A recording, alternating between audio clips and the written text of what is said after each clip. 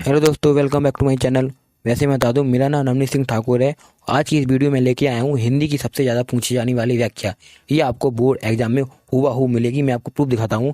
ये 2022 का पेपर है, बोर्ड पेपर है।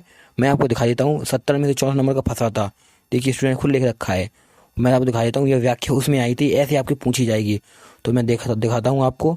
ये दिखा देगा। प्रश्न नंबर 4, निम्नलिखित पंक्तियों में किसी एक की संदर्भ से व्याख्या कीजिए तथा उसका का संदर्भ से स्पष्ट कीजिए। यानी कि व्याख्या करनी है, इनमें से एक करनी है। तो ये देखिए, 4, 1, 5, 6 नंबर की होगी। ये 6 नंबर की आती है। और निरूपण की रही आशा निनासी वचन नखल न प्रकाशी।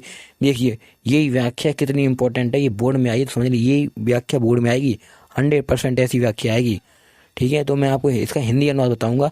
1, 2, 3, 4 लाइनों का है। यही आपको नंबर देखी जाएगी। ये 6 नंबर की है। बड़े बड़े नंबर को याद करिए, रखिए। ठीक है, तो चलिए देखते हैं। निरपन केरी यासा निसिनासी वचन नखत उबलना प्रकाशी।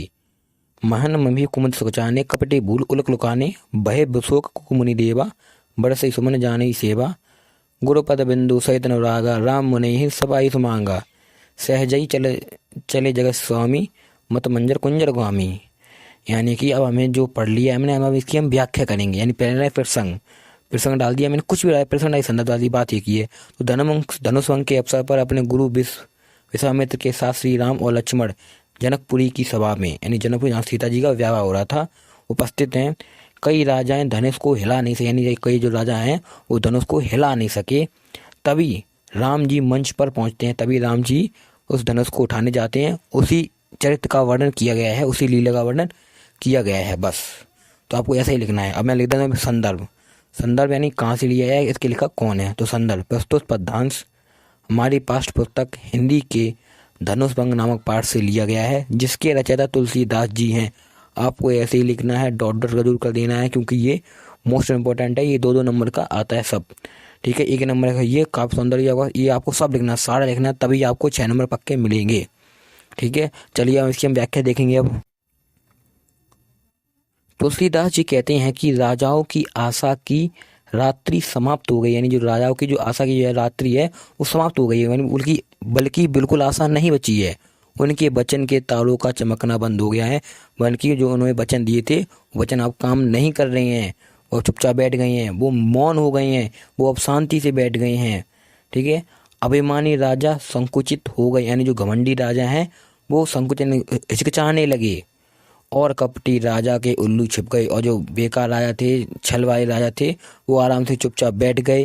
क्रोध में रहकर आराम से बैठ गए। मुनि और देवता चक्र सोच रहित हो गए। और मुनि और देवता चौक गए, ये क्या हो रहा है, ये क्यों नहीं उठ रहा है। यानी चौक सहित हो गए। ठीक है, अब वो क्या करने वाले, अब वो बेफूल बरसा कर अपनी सेवा प्रकट कर रहे हैं। अब क्या करने, फूल बरसा रहे हैं, अपनी सेवा प्रकट कर रहे हैं, दूसरे को दिखा रहे हैं, फूल बरसा कर प्रकट कर रहे हैं।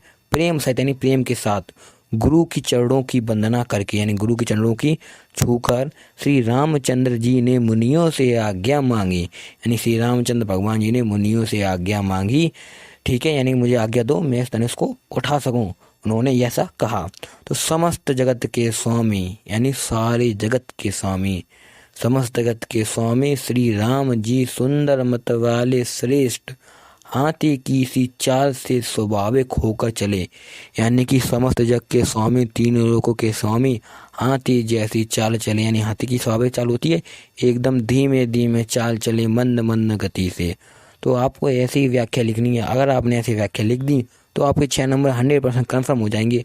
ये मैं गारंटी लेता हूँ। तो इसी तरह से आपको व्याख्या लिखनी है। तो मैंने ये व्याख्या लिखी है, आप ऐसे ही लिखिए। ठीक है, अब देखेंगे उसका काव्य सौंदर्य क्या है। काव्य सौंदर्य आपको जरूर लिखना है। काव्य सौंदर्य भी बहुत इंपॉर्टेंट माना जाता है। तो काव्य सौंदर्य में पहले भाषा कौन सी हो जाएगी, अवधि या ब्रज, बात एक ही है। ठीक है, गुण है इसमें प्रसाद, रस है बीर रस। बीर रस राम जी कहते थे बीर रस, तो इसमें बीर रस की बात हुई है। अलंकार कौन सा है इसमें, अलंकार हो जाए अनुप्रास और रूपक। तो अनुप्रास तो 100% रहता है, क्योंकि एक वर्ड की आती बार बार होती है। कौन सा भी नाम बार बार आएगा, तो रूपक अनुप्रास। छंद दोहा और चौपाई। और जो शैली हो जाएगी सर कौन सी हो जाएगी, प्रबंधात्मक। प्रबंधात्मक। तो यही था। अगर आपने ऐसा लिख दिया तो आपके 6 नंबर पक्के हो जाएंगे। और मैं गारंटी देता हूँ ये बोर्ड में 100% आएगा। ये 100% फंसेगा।